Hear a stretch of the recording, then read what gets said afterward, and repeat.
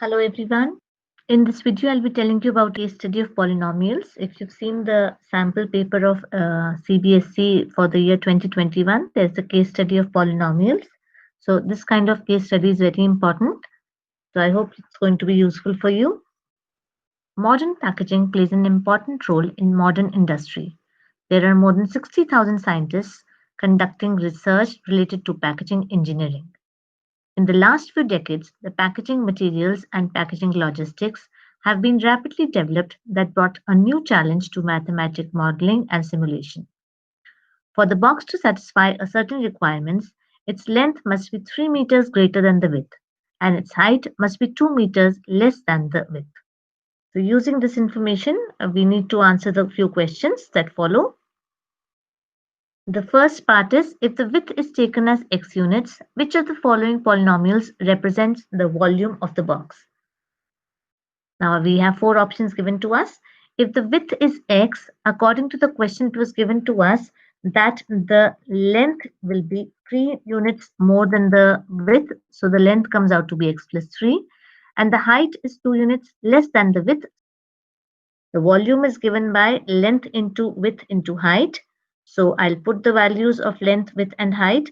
Length is x plus 3, width is x, and the height is x minus 2. Putting that, I get the volume to be as x cubed plus x squared minus 6x, which matches with the B part, and therefore we get that the B option is the correct answer. Let us come to the second part. Which of the following polynomials represents the area of the paper sheet used to make the box? Now to make the box, the sheet of the paper required will be equal to the total surface area of the box. We know that the formula for the total surface area of the cuboid is given by twice of L into B plus B into H plus L into H. So using that formula, we'll be in doing the question. I know that the length is again x plus 3, the width is x units, and the height is x minus 2 units. Using these three dimensions, I'll put in the formula that the total sheet of the paper will be equal total surface area, which I told you is twice of length into breadth plus breadth into height and plus length into height. So putting the values, I get that the total area comes out to be 6x squared plus 4x minus 12, which matches once again with the B part. So B part is the correct option. Let us see the third part. Another similar box is to be made such that its area of the base is given by the polynomial py, having the sum of the zeros as 7 and the product as 10. Then the length and the breadth of the box are, we have the four options given to us. Let us see what will the length and the breadth be. If the area is given by py, I know that the formula for the polynomial is what? It is given by y square minus the sum of the zeros into y plus the product of the zeros. Now, sum of the zeros is what? Sum of the zeros has been given to us as 7. The product is 10. If I put the values, I get the area equal to y square minus 7y plus 10. I factorize this polynomial and I get the factors as y minus 5 into y minus 2. Now, I know that the area is equal to length into the breadth. So the length into the breadth is given by y minus 5 into y minus 2. So either of these can be the length or the breadth. So if I take the length to be as y minus 5, I get the breadth to be as y minus 2.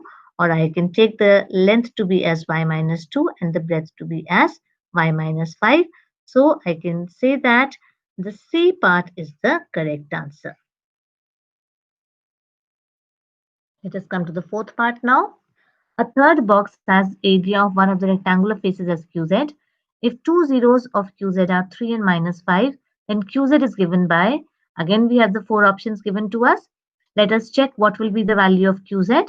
Now, because the two zeros are 3 and minus 5, as in the previous part we had done that the polynomial is given by z square minus sum of the zeros into z plus the product of the zeros.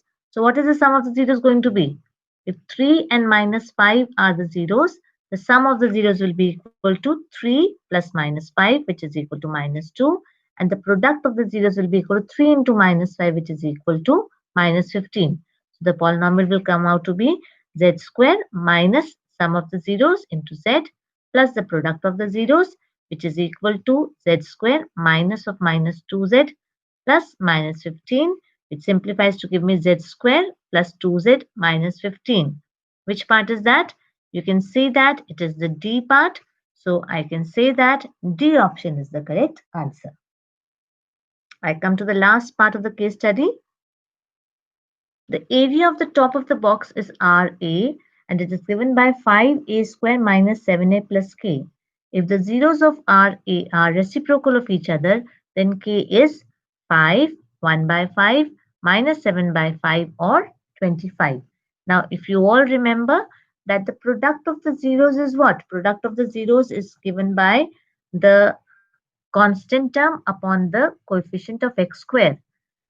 If the zeros are reciprocal of each other, that means if one zero is alpha and the other zero will be 1 upon alpha. So the product of the zeros will be 1 in that case. So whenever the zeros of the polynomial are reciprocal of each other, we can say that the product of the zeros will be equal to 1. So we put the value of the product of the zeros.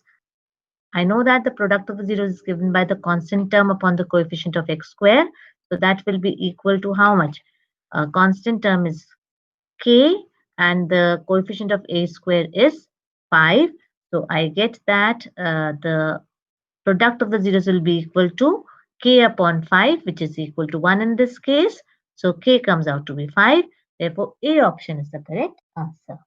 So this finishes up the case study. So these kinds of questions are very important for you because you are quite expectedly going to get one question or from the polynomials chapter of the case study. So I hope this case study will be a useful one for you. Thank you so much.